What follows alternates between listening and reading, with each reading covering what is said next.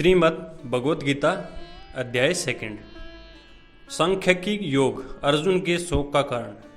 संजय ने कहा, इस प्रकार करुणा से अभिभूत आंसुओं से भरे हुए व्याकुल नेत्रों वाले शोकग्रस्त अर्जुन को देखकर मधुसूदन श्री कृष्ण ने ये शब्द कहे।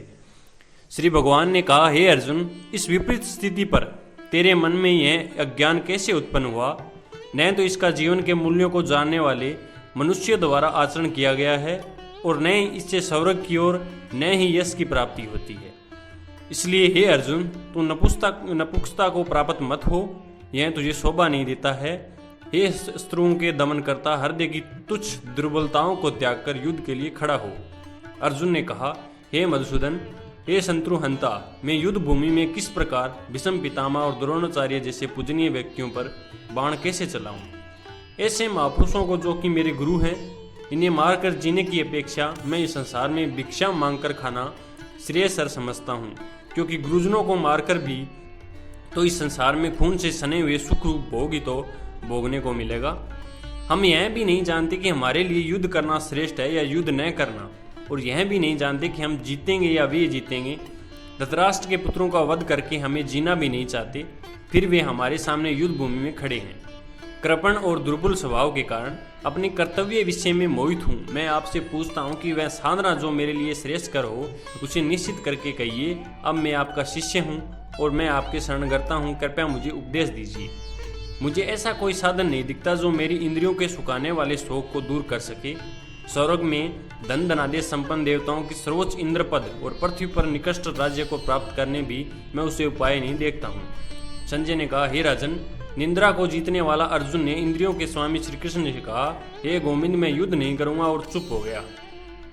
हे भरतवंशी, इस समय दोनों सेनाओं के बीच शोकग्रस्त अर्जुन से इंद्रियों के स्वामी श्री कृष्ण ने हंसते हुए यह शब्द कहे। श्री भगवान ने कहा, हे अर्जुन, तुम उनके लिए शोक करते हो जो शोक करने योग्य नहीं है, और पंडितों की तरह बातें करता है जो विद्वान होते हैं। वे न तो जीवित प्राणियों के लिए है और न ही मृत प्राणियों के लिए शोक करते हैं।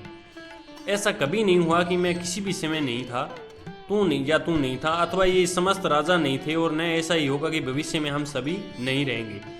जिस प्रकार जीवात्मा इस शरीर में बालावस्था से युवावस्था और वृद्धावस्था को निरंतर अग्रसर होता रहता है, उसी प्रकार जीवात्मा इस शरीर की मृत्यु होने पर दूसरे शरीर में चला जाता है, और ऐसे परिवर्तन से धीरे मनुष्य मोह प्राप्त नहीं होता है। हे कुंती पुत्र, सुख दुख को देने वाले विषयों के क्षणिक संयोग तो केवल इंद्रियां बोध से उत्पन्न होने वाली सर्दी तथा गर्मी की ऋतुओं के समान आने जाने वाले हैं। इसलिए हे भरतवंशी, तुम अविचल भाव से उनको सहन करने का प्रयत्न कर। हे पुरुष श्रेष्ठ, जो मनुष्य दुख तथा सुख में कभी विचलित नहीं होता है, दोनों परिस्थितियों में समभाव रखता है, ऐसा धीर पुरुष निश्चय रूप से मुक्ति के योग्य होता है। तत्वदर्शियों के द्वारा निष्कर्ष निकाल कर देखा गया है कि अस्त वस्तु शरीर का कोई अस्तित्व नहीं होता है और सत वस्तु आत्मा में कोई परिवर्तन नहीं होता है। जो शरीर में व्यापक है, उस आत्मा को ही तुम अविनाशी समझ, इसको नष्ट करने में भी कोई समर्थ नहीं है। इस अविनाशी अपाम नित्य स्वरूप आत्मा के ये सब शरीर नष्ट होने वाले हैं, अतः ये भरतवंशी तू युद्ध कर। जो इस आत्मा को मारने वाला समझता है तथा जो इसको मरा हुआ समझता है, वे दोनों ही अज्ञानी हैं, क्योंकि यह आत्मा वास्तव में न तो किसी को मारता है और न किसी द्वारा मारा जाता है। यह आत्मा किसी काल में भी न तो जन्म लेता है और न मरता है और न ही जन्म लेगा। यह अंजमा नित्य शाश्वत और पुरांत है, शरीर के मारे जाने पर भी यह नहीं मारा जा सकता। यह पतात पुत्र, जो मनुष्य इस आत्मा को अविनाशी शाश्वत अंजमा और अव्यय जानता है, वह मनुष्य किसी को कैसे मार सकता है या किसी के द्वारा कैसे मारा जा सकता है?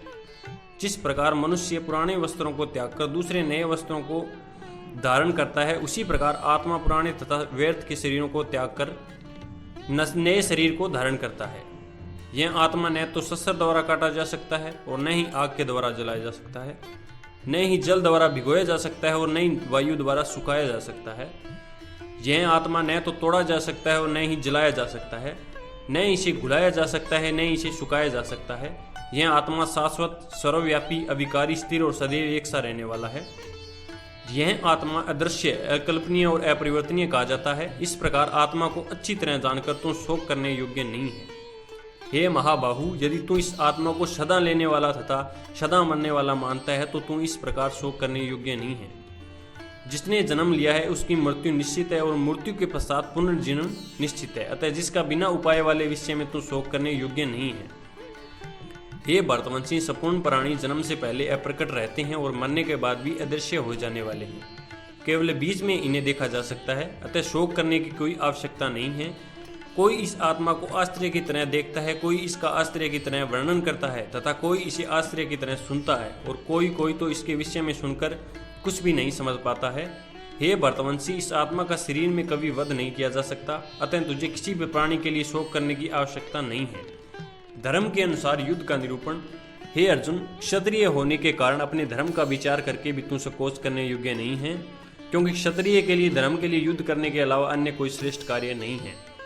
हे पार्थ, वे क्षत्रिय भाग्यवान हैं जिन्हें ऐसे युद्ध के अवसर में अपने आप प्राप्त होते हैं, जिससे उनके लिए स्वर्ग के द्वार खुल जाते हैं।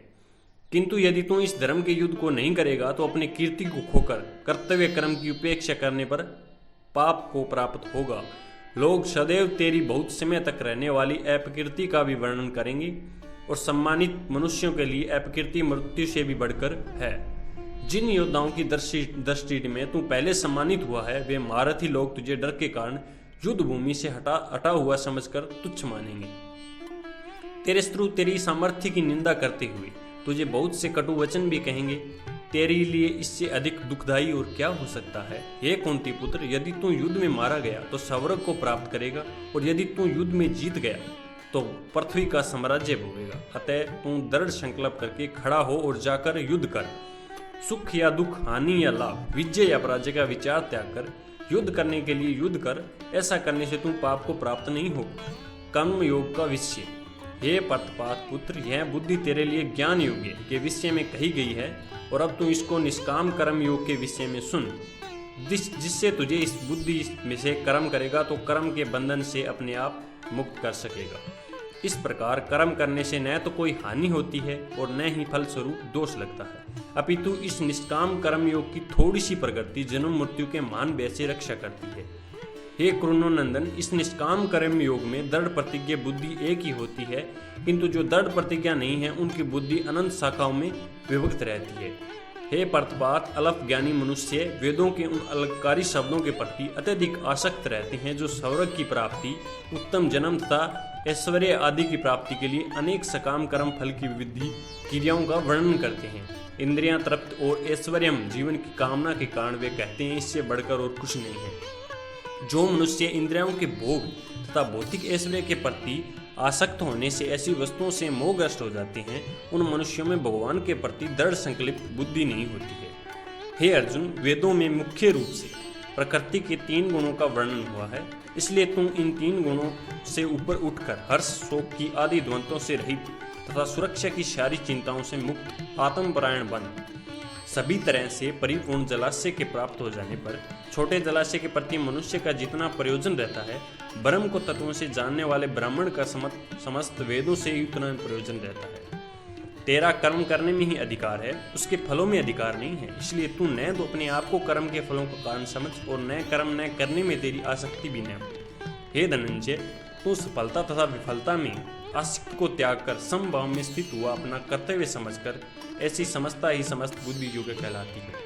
हे धनंजय, इस समस्त बुद्धि के द्वारा समस्त निंदनीय कर्म से दूर रहकर उसकी भाव में ऐसी चेतना की शरण ग्रहण कर सकारात्मक कर्म के फलों को चाहने वाले मनुष्य अत्यंत कंजूस होते हैं।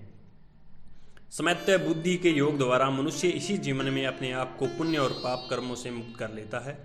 अतः तू इसी योग में लग जा, क्योंकि इसी योग के द्वारा ही सभी कार्य कुशलतापूर्वक होते हैं। इस समस्त बुद्धि योग से ऋषि मुनि तथा भगत सकाम कर्मों से उत्पन्न होने वाले फलों को त्याग कर जन्म मृत्यु के बंधन से मुक्त होकर परम पद को प्राप्त करते हैं। जिस समय में तेरी बुद्धि मोह रूपी दलदल को भली भांति पार कर जाएगी, उस समय तू सुने हुए और सुनने योग्य सभी भोगों से विरक्ति प्राप्त हो जाएगी। वैदिक ज्ञान के वचनों को सुनते ही विचलित हुई तेरी बुद्धि जब एक कनिष्ठ और स्थिर हो जाएगी, तब तू आत्म क्षात्र करके उस दिव्य चेतना रूप परमात्मा को प्राप्त हो जाएगा। स्थिर प्रज्ञ पुरुष के लक्षण। अर्जुन ने कहा, हे केशव, अध्याय में लीन स्थिर बुद्धि वाले मनुष्य का क्या लक्षण है? वह स्थिर बुद्धि मनुष्य कैसे बोलता है, किस तरह बैठता है और किस प्रकार चलता है? श्री भगवान ने कहा, हे पार्थ, जब मनुष्य मनोरथ से उत्पन्न होने वाली इंद्रिय तृप्ति की सभी प्रकार की कामनाएं परित्याग देता है, जब विशुद्ध हुआ उसका मन आत्मा में ही संतोष प्राप्त करता है, तब वह मनुष्य विशुद्ध चेतना में स्थित कहा जाता है। दुखों की प्राप्ति होने पर जिसके मन वचन नहीं होता है, सुख की प्राप्ति से इच्छा नहीं रखता है, जो आशिक, भय तथा क्रोध से मुक्त है, ऐसे स्थिर माना वाला मुनि कहा जाता है। इस संसार में जो मनुष्य न तो शुभ की प्राप्ति से हर्षित होता है और न अशुभ प्राप्त होने पर द्वेष करता है, ऐसी बुद्धि वाले पूर्ण ज्ञान में स्थिर होता है। जिस प्रकार कछुआ सब ओर से अपने अंगों की समेट लेता है, उसी प्रकार जब मनुष्य इंद्रियों विषयों से सब प्रकार से खींच लेता है, तब वह पूर्ण चेतना में स्थिर हो जाता है। इंद्रियों द्वारा विषयों को ग्रहण नहीं करने वाले मनुष्य विषय तो मिट जाते हैं, परंतु उनमें रहने वाली आसक्ति बनी रहती है। ऐसे स्थिर बुद्धि वाले मनुष्य की आसक्ति भी परमात्मा का साक्षात्कार करके मिट जाती है। हे अर्जुन, इंद्रियां इतनी प्रबल तथा वेगवान हैं कि जो मनुष्य इंद्रियों को वश करने में प्रयत्न करता है, उस विवेकी मनुष्य के मन को भी बलपूर्वक हर लेती है। जो मनुष्य इंद्रियों को पूर्णतः वश में रखते हुए अपनी चेतना को मुझसे स्थिर देता है, वही मनुष्य स्थिर बुद्धि वाला कहलाता है। इंद्रियों के विषयों का चिंतन करते हुए मनुष्य की उन विषयों में आसक्ति हो जाती है। ऐसी आसक्ति उन विषयों की कामना उत्पन्न होती है और कामना में विघ्न पड़ने से क्रोध उत्पन्न होता है। क्रोध से अत्यंत पूर्ण मोह प्राप्त होता है। मोह से श्रवण शक्ति में भ्रम उत्पन्न होता है। श्रवण शक्ति में भ्रम हो जाने से बुद्धि नष्ट हो जाती है और बुद्धि के नष्ट होने से मनुष्य का अधोपतन हो जाता है। किंतु सभी राग द्वेष से मुक्त रहने वाले मनुष्य अपनी इंद्रियों की स्वयं द्वारा मन को वंश करके भगवान की पूर्ण कृपा प्राप्त कर सकता है। इस प्रकार भगवान की कृपा प्राप्त होने से संपूर्ण दुखों का अंत हो जाता है। तब उस प्रसन्नचित्त मन वाले मनुष्य की बुद्धि शीघ्र ही एक परमात्मा में पूर्ण रूप से स्थिर हो जाती है। जिस मनुष्य की इंद्रियां वश में नहीं होती है, उस मनुष्य की न तो बुद्धि स्थिर होती है, न मन स्थिर होता है और न ही शांति प्राप्त होती है। उस शांति रहित मनुष्य को सुख किस प्रकार संभव है? जिस प्रकार पानी पर तैरने वाली नाव को वायु हर लेती है, उसी प्रकार विचरण करने वाली इंद्रियों में से किसी एक इंद्रिय पर मन नियंत्रण लगा रहता है, वह एक इंद्रिय उसी मनुष्य की बुद्धि हर लेती है। हे महाबाहु, जिसकी इंद्रियां अपने अपने विषयों से सभी प्रकार से विरक्त होकर उसके वश में रहती है, उसी मनुष्य की बुद्धि स्थिर रहती है। जो सभी प्राणियों के लिए रात्रि के समान है, वह बुद्धि योग में स्थित मनुष्य के लिए जागने का समय होता है, और जो मनुष्य प्राणियों के लिए जागने का समय होता है, वह स्थिर प्रज्ञा मुनि के लिए वह रात्रि के समान होता है। जिस प्रकार अनेकों नदियां सभी ओर से परिपूर्ण दृढ़ प्रतिष्ठा वाले समुद्र की विचलित किए बिना ही समा जाती है, उसी प्रकार इच्छाएं स्थित प्रज्ञ मनुष्य में बिना विकार उत्पन्न किए समा जाती है। वही मनुष्य परम शक्ति को, शांति को प्राप्त होता है, न कि इंद्रिय सुख चाहने वाली। जो मनुष्य समस्त भौतिक कामनाओं का परित्याग, इच्छा रहित, ममता रहित और अहंकार रहित रहता है, वही परम शांति को प्राप्त कर सकता है। हे पार्थ, यह आध्यात्मिक जीवन का पथ है जिसे प्राप्त करने मनुष्य कभी मोहित नहीं होता है। यदि कोई जीवन के अंतिम समय में इस पर स्थित हो जाता है, तब वही भगवतवादी प्राप्त करता है।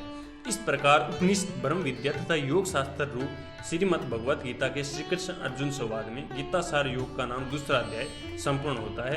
हरि ओम तत्तत्। जय श्री कृष्ण, जय श्री कृष्ण।